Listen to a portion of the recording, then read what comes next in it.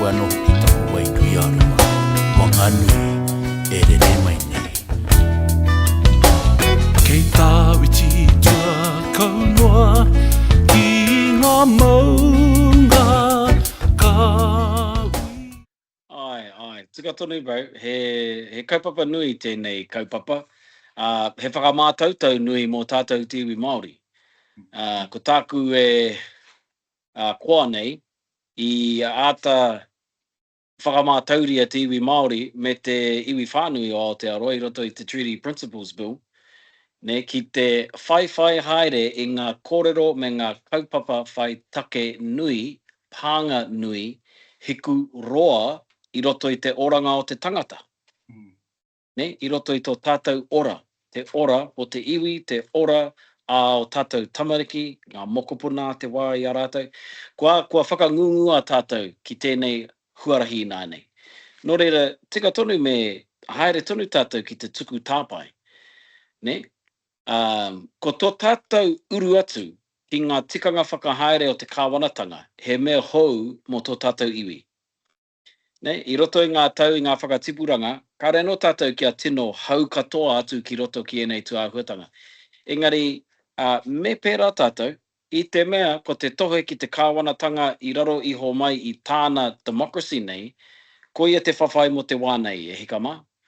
Ne, kei a tātou ngā nama, ne, kei a tātou ngā tauranga, hei whiriwhiri o te hea taha ka kāwanatia I te whenua, I a te pōtitanga. Kei a tātou e rā nama. Me he mea katoa tātou ki te rārangi Māori, ka riro I a tātou te mana whiriwhiri ko te he taha ka Wikitoria. Ne, ka neke atu o tātou tūru, runga no atu I ngā tūru o ngā kākāriki.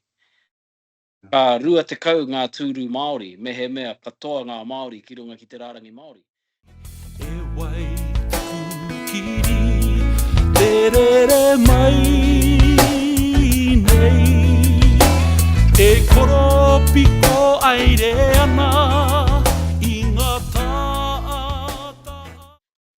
Well, tēnei kāwanatanga e mea nei rātou, kei runga ake rātou I ngā kōti katoa. Ngā whakataunga kōti o tēnei tau, ngā whakataunga kōti, hai kōti, kōti teitei, you know, ngā mana nui a kōti nei, o rātou whakataunga I roto I ngā tau e rua nei, ko turakina e te kāwanatanga. Nō reira, māhea, ne? Māhea te iwi whānui o Aotearoa, kimi I te ritenga o te ture. Hey, no reira, you know, I roto I te whare a few weeks ago, hey, I says in the whare, speaking to justice, that this government deems itself above the law. They overturned the Tākuta Moana ruling. You know, they just overturn any ruling that they don't like. So how can anyone in Aotearoa possibly believe that justice is a real thing in our whenua? And here we go.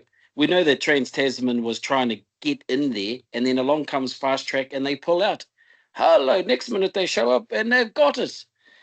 You know, so there's no integrity, eh? There's no mana in that. And it also demonstrates how aligned their work is and how they're progressing. So the Fast Track took all of that worry out of it for the big kapureihana, for the big corporations. Yeah. It took all of that worry out.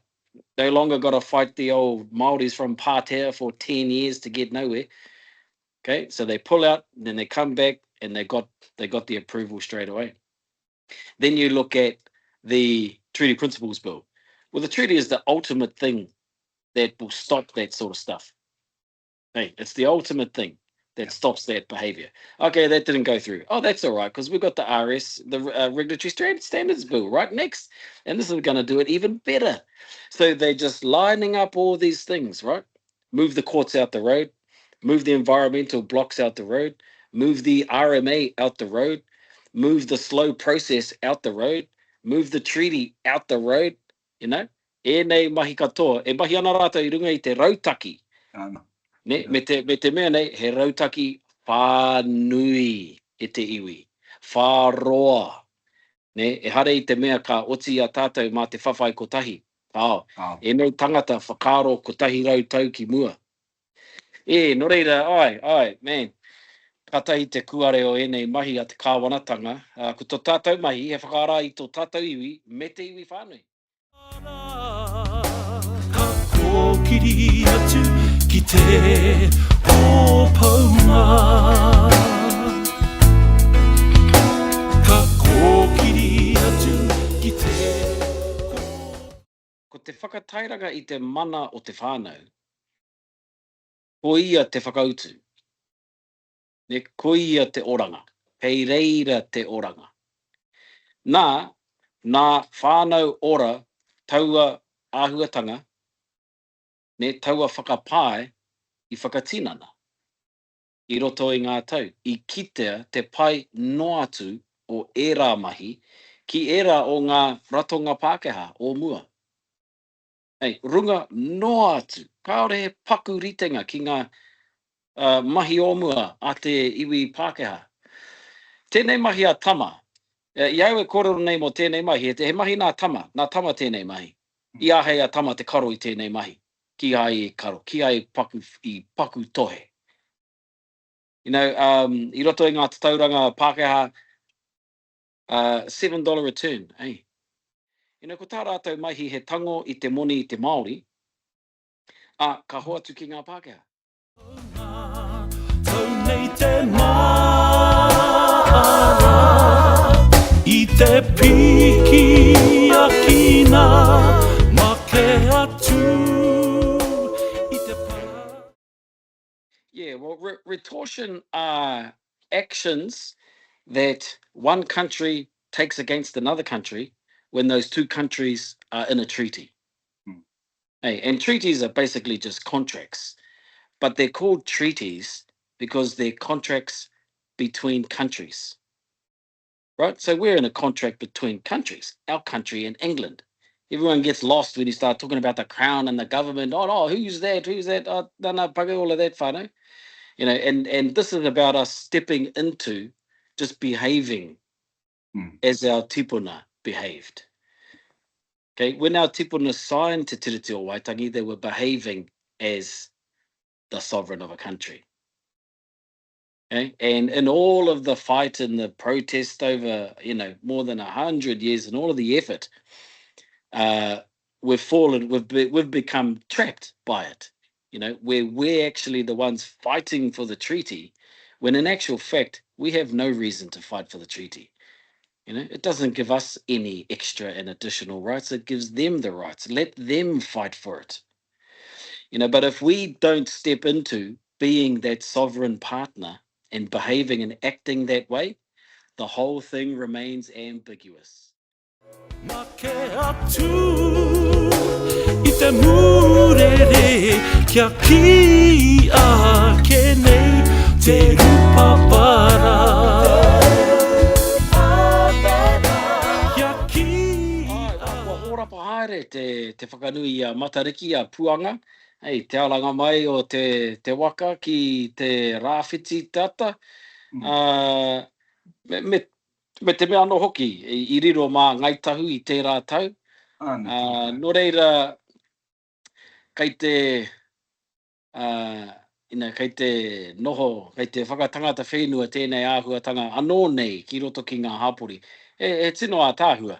Me taku ki tatu I te iwi whānui, ne? E piri atu ana, e hāpai ake ana, no reira tino a tāhua.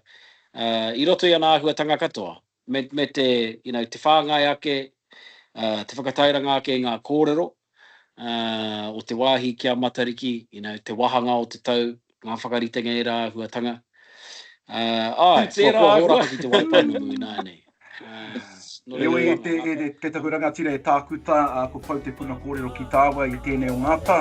Heoi, neira te mihi atu ki a koe me te reka o ngā kōrero. Kua whariki hia ki Wainganui a mātou o te rohene o Wanganui. Hei whakarongatanga mā mātou, hei whakamāramatanga anō ki a mātou ngā āhuatanga e pāna ki ene o ngā kaupapa nui. Ko koe, kei te whare mata tonu, nā ko whakataha nia hana a Deb, rātou ko rāwiri mo te hihia ki ngā rā, te haere ake nei, so kia kahara ki a koe, ka waiho maha ngā kupu whakamutunga ki tō tāua iwi, e whakarongo mai nā I tēnei ki wā. Rawe bro. O tira, tō tātou iwi kia kahara tātou. Ne, ko te kōrero nui o te pāti Māori, o te iwi Māori, kia kahara tātou ki te whakatairanga I a tātou anō. Reira, kia kahara tātou ki te whakatairanga I a tātou anō, tō tātou reo, tō tātou ahu rea, te tuakiri, te tikanga Māori, enei tuāhuatanga, e pakari ai te tipu o ngā tamariki o ngā mokopuna, kia tau ngā manakitanga o te wahanga tau, a matariki a puanga, ki runga ki a tātou katoa I te iwi, tēnā tātou. Te rupapara Kia ki a ke nei Te rupapara